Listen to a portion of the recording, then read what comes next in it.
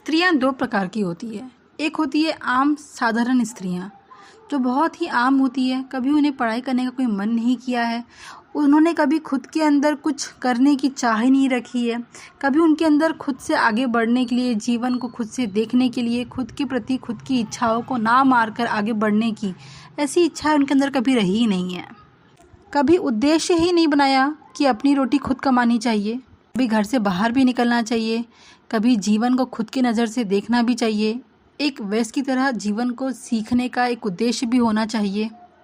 और दूसरी ओर एक वर्ग और है स्त्रियों का, जो निश्चित रूप से आगे बढ़ना चाहती है, जीवन में कुछ करना चाहती है, अपने पाँव पे खड़े होकर अपने माँ पापा और अपने जीवन के लक्ष्यों को भी पूरा करना चाहती है। सभी को बताना चाहती है कि हाँ, मैं कुछ हूँ, मैं भी केवल जीव मात्र नहीं हूँ, मेरे भी अंदर इच्छाएं हैं और मैं अपनी इच्छाओं को इस तरीके से किसी के लिए कुर्बान ना कर कर अपने जीवन को, अपने सपनों को पूरा करना चाहती हूँ। तो जब आप भारतीय स्त्रियों की बात करें तो सभी स्त्रियों को एक ही रंग में मत रंग लीजिएगा, सबको एक ही दृष्टि से मत देख लीजिएगा।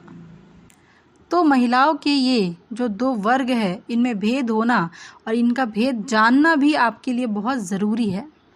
जो वर्ग अभी भी उपेक्षित है, दमित है, उन्हें निश्चित रूप से सहारा दिए जाना चाहिए और सहारा देकर उन्हें स्वावलंबी और आत्मसम्मान प्राप्ति के लिए आगे बढ़ने के लिए आपको हेल्प भी करना चाहिए। लेकिन हाँ, आजकल का जो ट्रेंड चल रहा है कि लड़कियां पढ़ाई लिखाई ना करके कुछ तरीके से रील्स या अन्य इसी प्रकार की कुछ वीडियोस बनाकर अपने जीवन को कहीं ना कहीं क्षतिग्रस्त कर रही है, भ्रमित जिंदगी जी रही है, तो शायद ये एक प्रकार का फेमिनिज्म लोग सोचने लगे हैं, लेकिन असल में ही फेमिनिज्म नहीं है।